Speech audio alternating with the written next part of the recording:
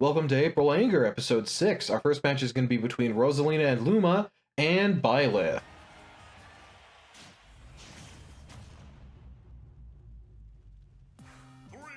I always flip back and forth on whether I should call Rosalina or Rosalina and Luma. It is a composite character, so multiple characters in one. And to be honest, it feels a little weird to leave one of them out, especially because there are other composite characters in the game. And they all have various reasons for why I should or should not say both names in sequence. Mostly that it sounds really weird to call Banjo and Kazooie that. It just feels like so much of a mouthful. When you call them Banjo-Kazooie, that's actually the name of the first game they're in. And it can get even more confusing. For example, Pyra and Mythra. There isn't really a great way to announce them, because when you say Pyra and Mythra, it just feels like the two characters stapled together, because they normally... Byleth's recovery actually wasn't able to reach that far. Byleth's tether is an incredibly long tether, as you just saw. It can grab onto opponents, the ledge, and walls. So normally Byleth has something to grab onto. It can actually make it very dangerous to try to edgeguard her off stage, because she can and will jump off your head.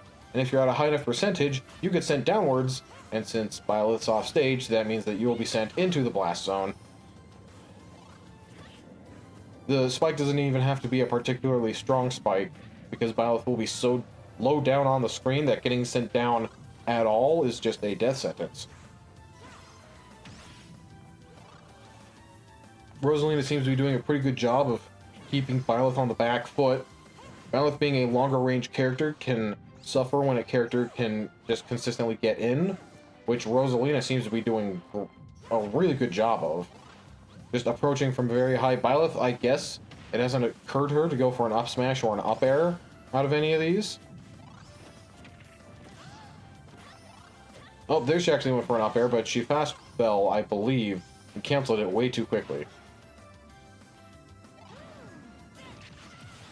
Forward smash is able to get Rosalina's first stock.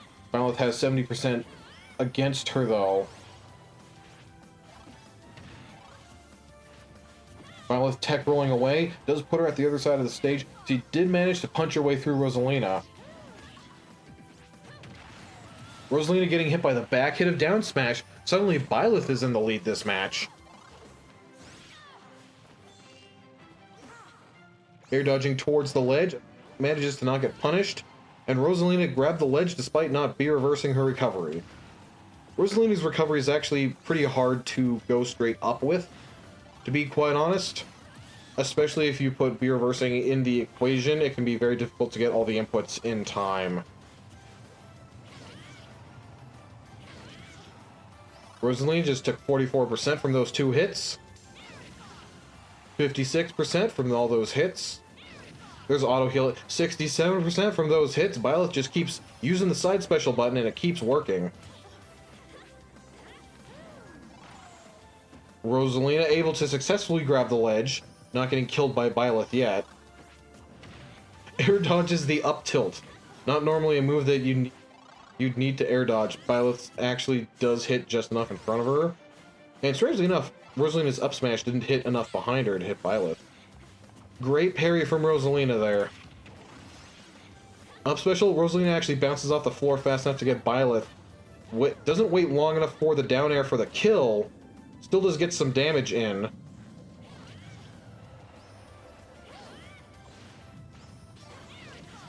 Side special, not quite enough to kill Rosalina yet, but one or two more probably will. Back throw, yeah, Byleth doesn't have a kill throw, as far as I know of. There is a theoretical percentage threshold where anything can kill, and Rosalina gets punished one final time for descending upon Byleth from above. Man, her pupils are tiny! Next up, we have Olimar against Snake.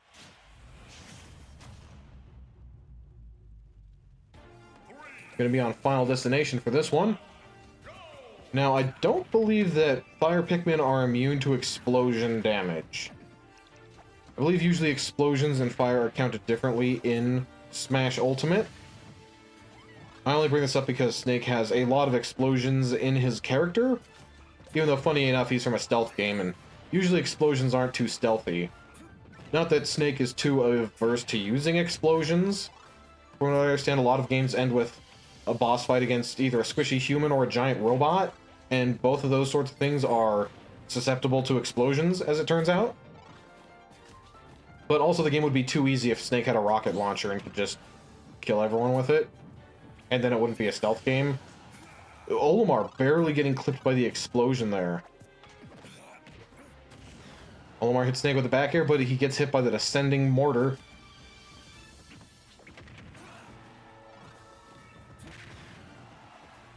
Olimar off stage, grabs the ledge, gets hit by the up smash. Snake goes unnecessarily off stage, but Olimar doesn't have a move strong enough to break the Cypher.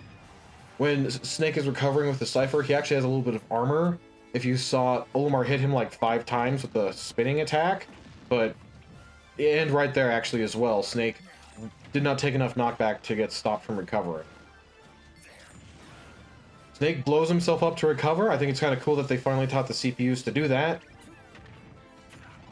And finally is a little bit of a weird statement, because I don't believe the CPUs could do it in Smash Bros. Brawl. Snake wasn't in Smash 4, so this is his second appearance. But does mean that somebody in the development team figured out that people do that with Snake to avoid death. It does come at the expense of dealing damage to yourself.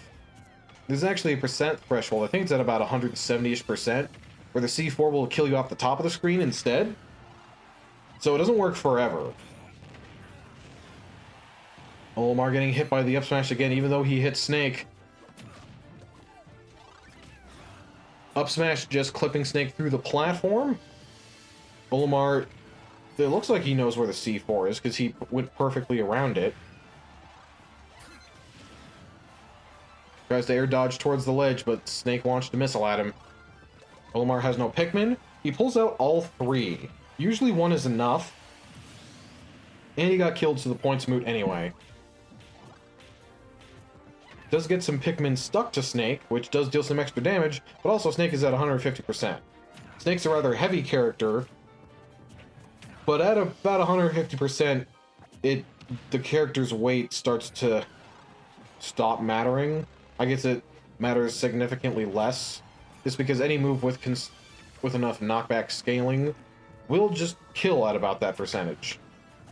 I mean, obviously some characters it'll kill at faster percentages, but usually you don't see people making it up to 200% in a normal match. If you ever do it, it means you've usually got a very heavy character.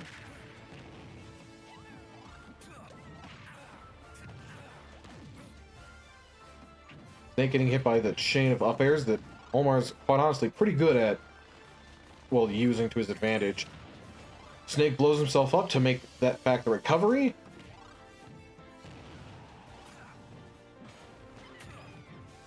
Kicks the Pikmin off him immediately. I guess he didn't want anything to be doing with that.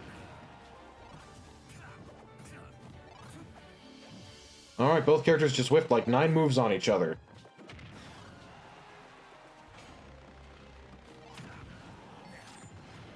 Olimar jumping out of the way of the C4 just in time.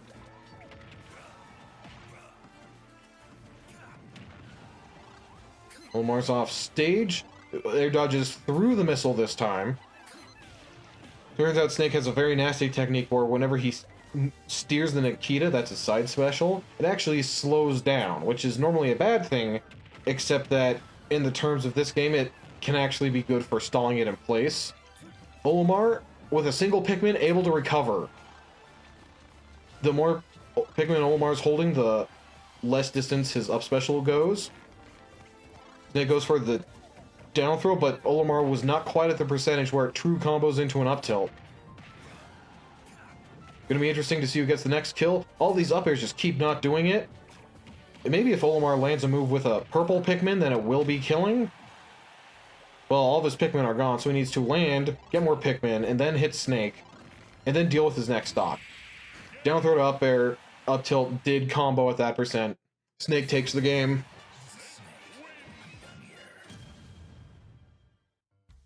And for this match, we're going to be having Link against Hero.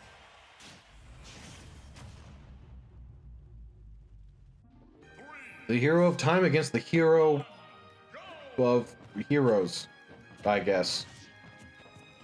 Already these characters do have a lot of similarities. First of all, being some of the only sword and shield carrying characters in the game, they actually both have a unique passive.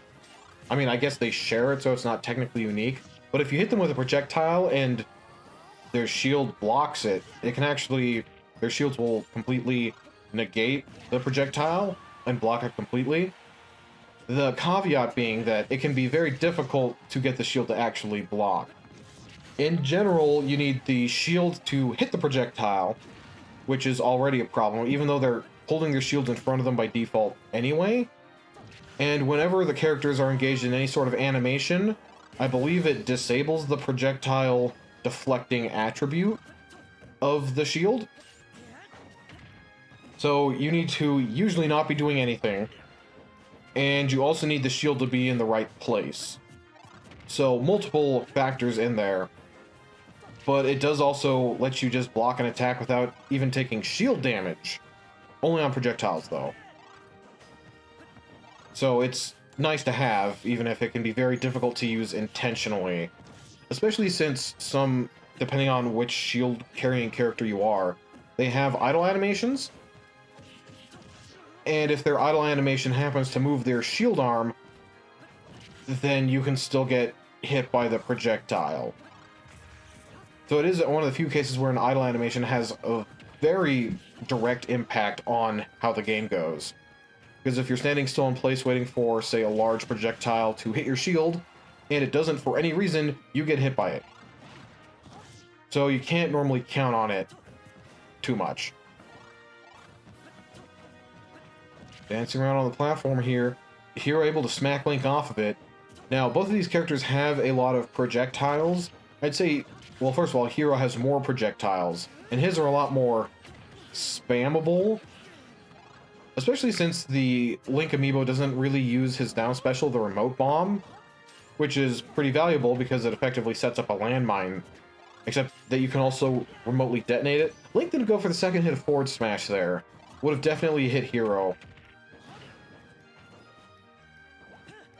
Link gets a footstool there. Both able to recover? Yes, Link had his double jump just in store. Boomerang hitting Hero out of a, well, assumedly a better follow-up. He did get the throw out before he got interrupted, though.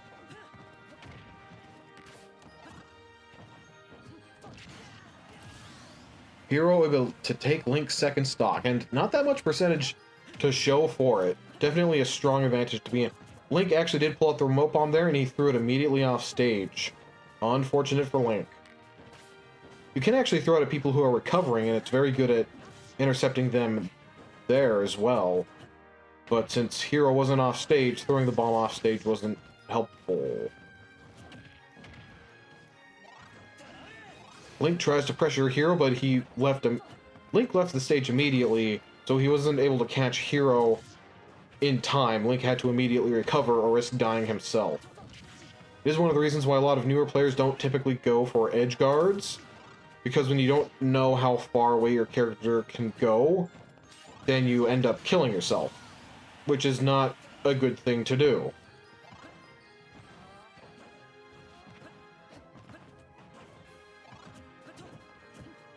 Alright, slowly advancing across the stage with the perfect spacing, I guess you could call it. Perfect for who, though, I don't know. Link gets some chip damage on Hero off stage. Grabs the ledge from him.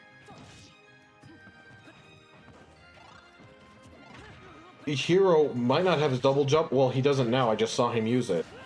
He has his up special. If you have enough mana, it's a very good recovery move. It does take a little bit where you linger off stage, which can give the opponent enough time to get in position to try to hit you on the return. But most characters don't get 3 different levels of recovery. Granted, a Hero does because it's tied to a resource that he needs to manage.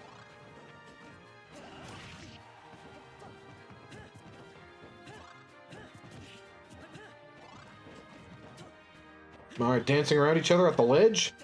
Link not able to land the forward air that far off stage, it probably would have killed. trading with each other at the ledge there. Link gets a footstool. Hero is barely not able to make it back, even with the full level on his recovery. Alright, for this match we're going to be having Joker against Luigi.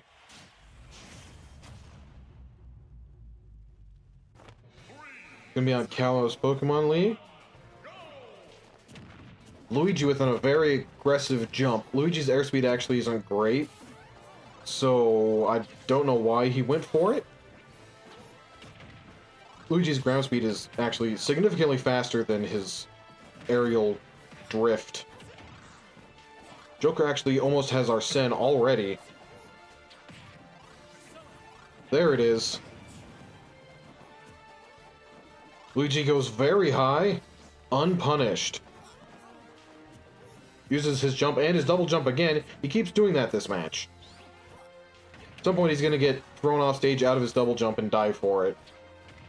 It's just inevitable. Yep, there's double jump again.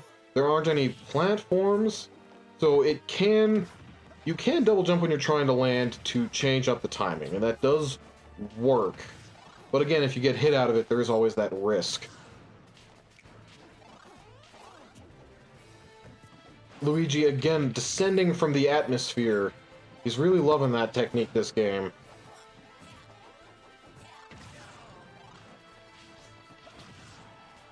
Luigi gets put off stage. Able to recover. Only getting hit by one hit of Joker's up tilt there. I guess the platform was just high enough that a lot of the other hits didn't connect. Luigi edge guards Joker, but with a neutral air, a down air probably would have killed him. Joker's counter runs out just in time for Luigi to arrive with a hitbox. Whenever Joker gets hit while he has Arsene, he actually loses some of the Arsene meter. So he definitely doesn't want to get hit. But also the whole point of Arsene is that you can hit your opponents harder. So usually a Joker player will be more focused on using this advantage they currently have instead of avoiding all forms of risk. Especially since it makes your moves so strong, it can be incredibly valuable, even if you accidentally trade a stray hit with the opponent. I believe Joker with Arsene would normally win that interaction. Down air sending Joker off stage somehow. His Arsene again, he's gotten Arsene like 4 times this first stock. Granted, a little bit of that's on Luigi. Even though Luigi hasn't been hitting Joker's Rebel's Guard, which gives him Arsene faster.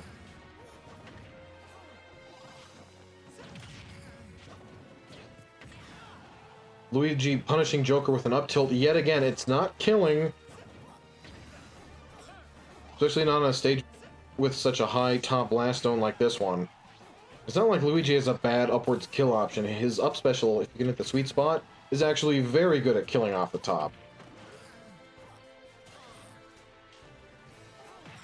Luigi gets Joker with the forwarder. Joker bounces off the stage. I can tell you I wouldn't have gotten that tech. Not the move I expected to come out, to be quite honest. Luigi going low again. That time I'm pretty sure he went low because he had to. Descending from very high with the neutral air. Luigi's neutral air is probably best used because it comes out so quickly. It does have a lingering hitbox. Joker almost just got coined to death. His tether was just long enough to reach the stage. If one thing about his character had to get nerfed for the next game, though, I would think that his tether recovery would be made just a little bit shorter. Either that or they can make Arsene come out a lot slower as well, but they have options. And Joker's been doing pretty well for most of Smash Ultimate's duration, which puts him primarily in the chopping block to be made not good in the next game.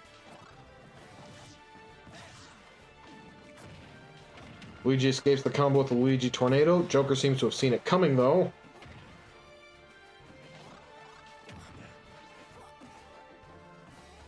Luigi going high, unnecessarily so, on the platform while Joker was on the ledge, even.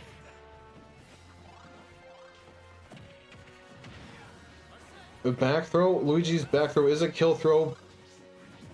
Just not yet. But it will get there. I've seen more Luigi up tilts this game than I think I've ever seen in any game before. The Luigi amiibo just seems to really like hitting Joker with up tilt. Luigi off stage. Let's see if he can recover. He can. It's always a trial with Luigi. That's just how his character works. That's not an amiibo problem, actually. Both seemingly grabbing the ledge at the same time.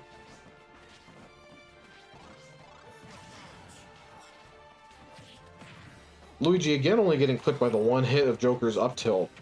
Starts to make me think that it will consistently only do that at this platform height.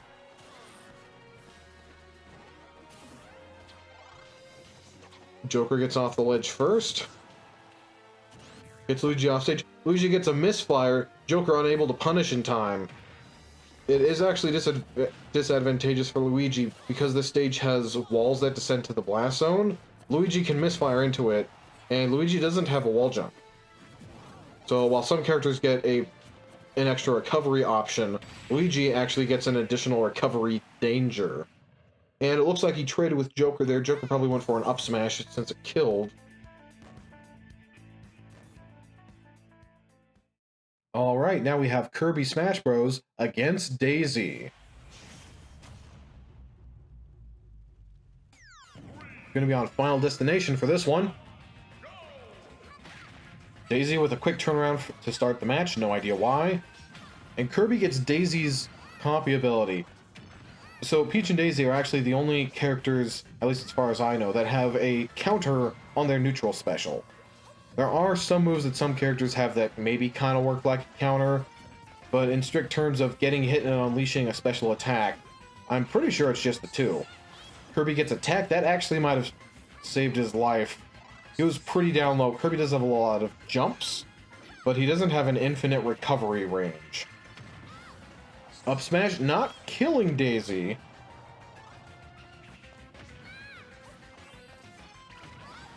Back hit of up smash. Definitely a weak spot on that one. Not going to be killing. Well, at least at this percent. Kirby going incredibly high. Daisy able to wait it out with her float, though.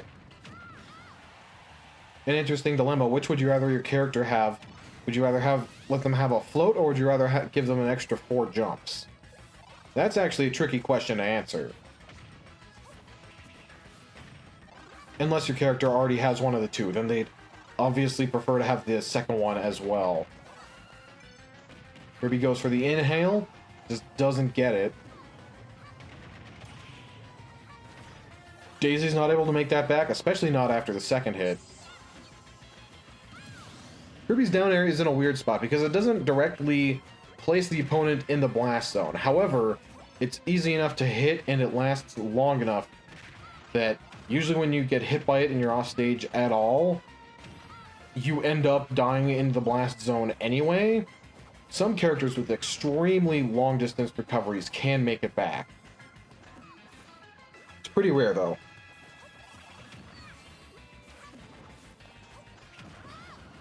Especially since Daisy is a character who has very good horizontal recovery and not really all that great vertical recovery. Reason for that being since most moves in general send you sideways a lot more than they send you down.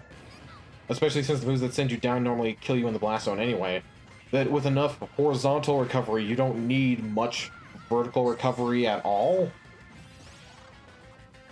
I mean, when you think about it, if Daisy gets launched into the top right corner, she's making it back to stage. Just her float alone will take her there. And if she gets sent at a really tough, shallow angle, again, her horizontal recovery, letting her... And that's going to be the stock. Kirby went for the hard read, and it paid off. And for our next match, we're going to be having Ryu against Greninja.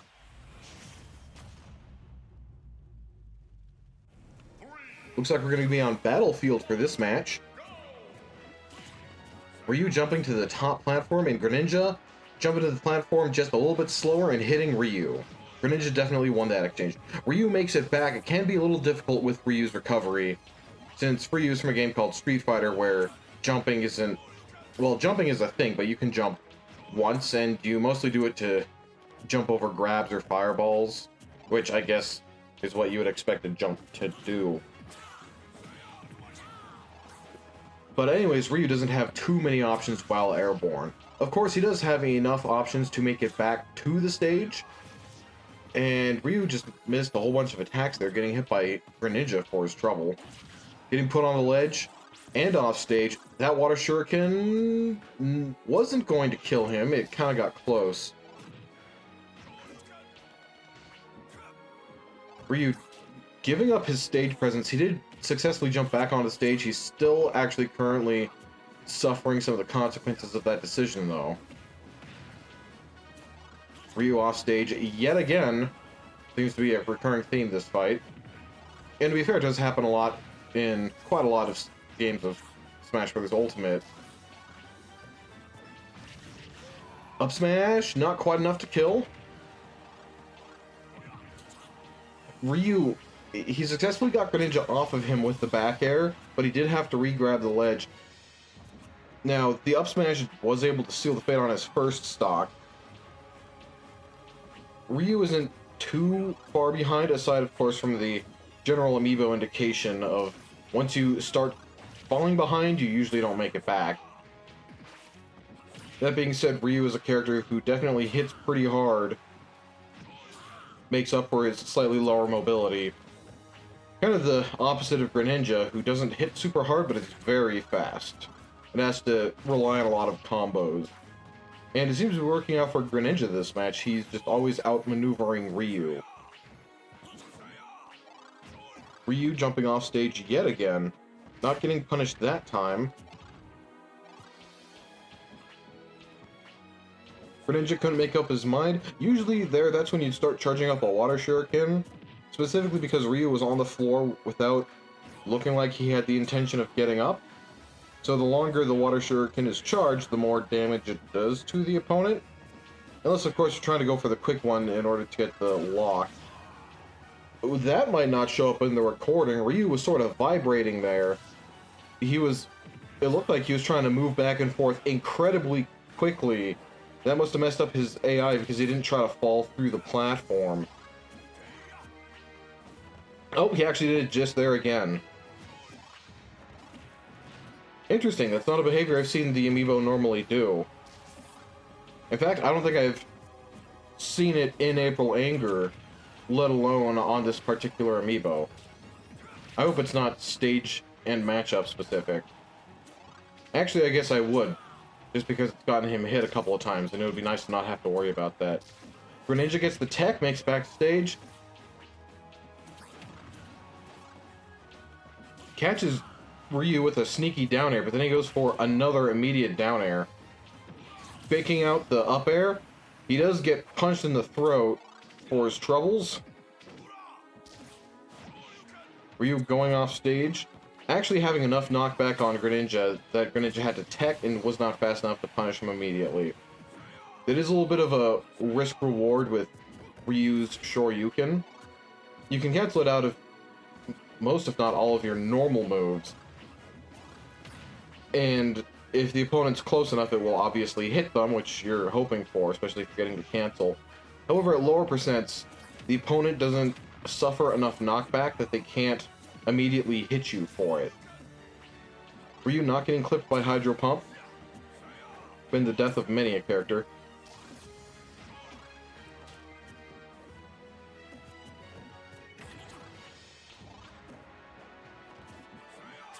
Ryu goes to the ledge for... I haven't even been counting because, quite honestly, I didn't think I need to. Ryu's been going to the ledge all the time this match. And he got the wiggle there again. It is a little bit more understandable in that Ryu's a character who cannot change his direction easily in the air. Just like in Street Fighter, once you make a jump, you commit to the jump. You don't really get to back out. So if the amiibo tries to jump over Greninja, they kind of have to hit pretty much the full arc of the jump. I think on a technical side, you do get a little bit of influence in the air. However, it's not enough to usually, for example, change which side of the opponent you're going to end up on. Moreover, it just means that given enough space that Ryu can actually land on small platforms. But it does reach a point where the responsibility is sort of on the player to do so at the beginning of their jump instead of trying to autocorrect at the end. Ryu just stood there and took that. He must not have realized exactly what Greninja's attack spacing was. I will tell you, though, that Ryu's done a pretty good job of not getting gimped or anything off stage. He's been recovering enough to hit Greninja, often punishing him for the edge guarding. Goes for an attack cancel there, clipping Greninja with the latest hit of up air so that he did get the cancel, but there was no way he was going to hit Greninja with it. Ryu should be able to make this back. Greninja doesn't even bother challenging him off stage. Ryu loving the jump-ins. He actually gets a forward smash on Greninja. That was pretty important because that basically put him just outside reasonable kill percent, now that Greninja doesn't have the range anymore. Yeah, that affects a couple other things, like when you get launched off stage, getting a little bit less knockback sends you off not as far, which gives you an easier time to recover. More time in the air gives you more options you can go for. It's actually basically matched Greninja with the percentage here. Yeah, they're within 2% as of right now.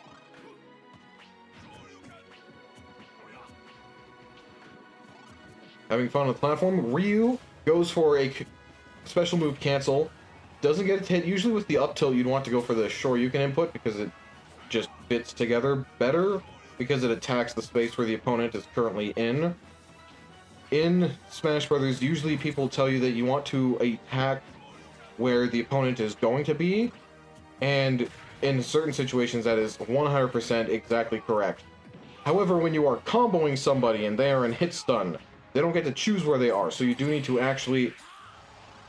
Ryu got the Shoryuken, but it didn't kill. Greninja should be making this back. He uses Hydro Pump. I sort of would have expected a side special, actually. Shadow Snake, I believe the move is called. One hit of the back air. Greninja is not fast enough to get the forward smash. Ryu recovers low. Stuck at the ledge. Ryu falls off the stage again. Up in the ledge up air from so low is not able to kill Greninja. Down air bouncing Greninja off the stage. We might be going to time. Back air is going to kill Greninja with 3 seconds to spare.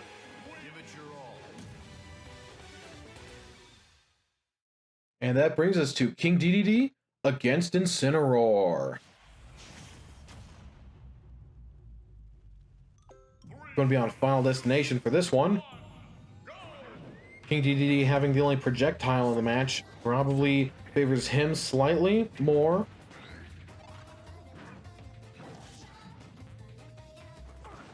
King Dedede makes it back to the stage, actually air dodges through Incineroar's Alolan Whip. Goes for a dash attack a little too early, especially because King Dedede's dash attack is actually a good kill move, but it can't kill people at 0%. In fact, most moves can't kill people at 0%. In fact, most moves that can kill people at 0% are usually killing them because of an edge guard, or it's a move that you have to charge up for a very significant amount of time, or you're like right next to the blast zone. Incineroar air dodging past the ledge, able to grab it though, with his recovery of course.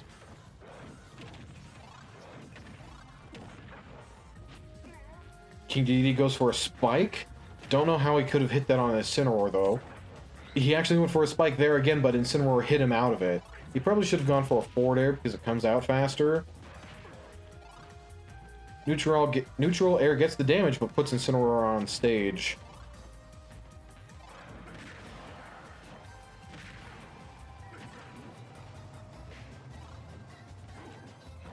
Tussling near the ledge. Going for the Super Dedede jump, it actually stops the Alolan Whip from connecting. King Dedede has to recover. Gets hit up by Incineroar. Recovering is no longer his concern. It is now his concern again. He is off stage. King Dedede just jumped into that. I guess he kind of jumped backwards, but he should have thrown out a move. And he cancels the Super Dedede jump, getting a free punish for Incineroar. Incineroar makes it back to the stage without, honestly, too much effort. Incineroar has options to make it on stage, but it only has so many options. And King Dedede isn't punishing any of them. Going for a spike in the top third of the screen, interesting decision. Does not get spiked by Incineroar, though, from the recovery. Not entirely sure why they decided to make Incineroar's recovery move cross-chop, but I gotta say, it was kind of the right choice for the character. First of all, we don't have any recoveries that go in that trajectory, just up and then diagonally down. Though I will say that when Smash Ultimate was originally released, the vertical distance that cross-chop would go was actually significantly less. Made it really hard for Incineroar to recover. King Dedede goes for an up air instead of a forward air. And he's not able to make it back to the stage. Neither is Incineroar, but Incineroar has a life to spare. And Incineroar died second anyway. And for the last match of this video, we're going to be having Bowser against Ridley.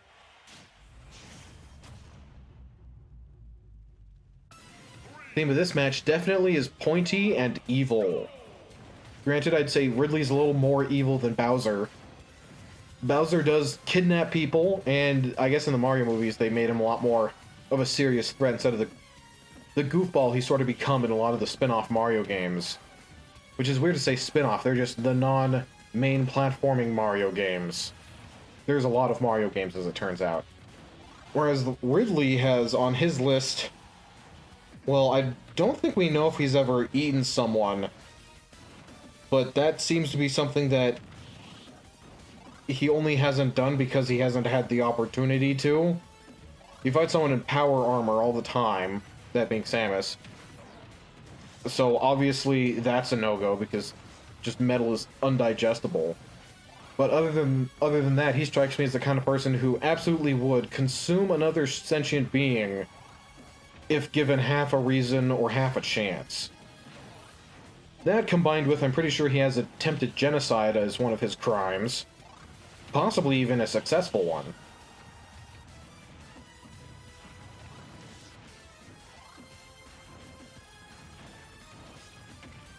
A back throw? Nope, a down throw. Interesting. Bowser did get a hit afterwards. Back throw near that far on the ledge, though, possibly could have killed. So Ridley is a kind of heavy character. However, he is lighter than you'd think. Which does kind of make sense because he's effectively flesh and bone. I suppose he has wings, but that's not too heavy usually as well. Ridley didn't make that back? Really? I guess he should have reversed his recovery.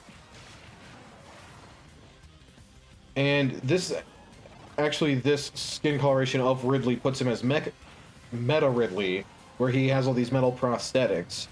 Which, insane side note, it turns out that Ridley can heal fast enough, and well enough, that eventually he doesn't need the metal prosthetics anymore. They're just a temporary fix. He comes back from the death half metal, and it's a temporary inconvenience for him. Anyways, not all skin colorations of Ridley are as Meta Ridley. Which I guess having titanium stuck to you would definitely increase your weight. Although I guess if it's in place of missing limbs, then it starts getting debatable. But yes, Ridley's a character who constantly appears to be emaciated. Which I can only assume means that if Ridley were to ever start just bodybuilding, he would be an absolute menace. Because he's already a menace, and he's not jacked out of his mind. Also, he's apparently, like, a genius of some sort. Some sort of superior intellect going on. And also the leader of a band of space pirates. He's got a lot going for him, to be honest. He's also one of the few characters in the game who's almost died as much as Bowser has. The Metroid series having a little bit of a problem where they want to keep bringing back all the recognizable characters. but canonically Samus kills him every time she meets him. So Ridley's come back from the dead multiple times. I think at this point we're on his 4th clone. It would just be a little bit weird to have a Metroid game without him. And of course, we mentioned briefly Bowser. Bowser dies in a lot of games, and then always seems to come back. The only times he ever seems to actually die, though, are when he has to come back as Dry Bowser. So the only time he dies is when they want to bring him back in a different way. Such is the nature of video games, though.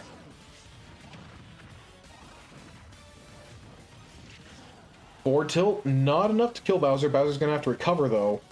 Bowser being one of the heavyweights with a very horizontal recovery, not very vertical. Whereas, I guess Ridley has a lot more vertical of a recovery, but he also has a lot of recovery. So it's a little difficult to quantify him because he can recover such large distances. Up air is going to kill Bowser off the top. Ridley pretty far off stage. Able to recover though, trading hits at the ledge with Bowser. Ridley now at maybe random forward smash at the ledge kill percent. Well, probably random forward smash at the ledge kill percent. Trading some sort of hit with Bowser. Ridley gets the tech, but he goes for an up special, so he doesn't actually grab the ledge. And he keeps going for the rapid jabs against Bowser, whereas Bowser has the tough guy passive, which means that he actually stops taking hit stun from attacks under a certain level. So it looks like Bowser's going to be moving on in the tournament. Make sure to tune in for that. Round 3 is the next video, so that's going to be happening soon. Until then, though, bye.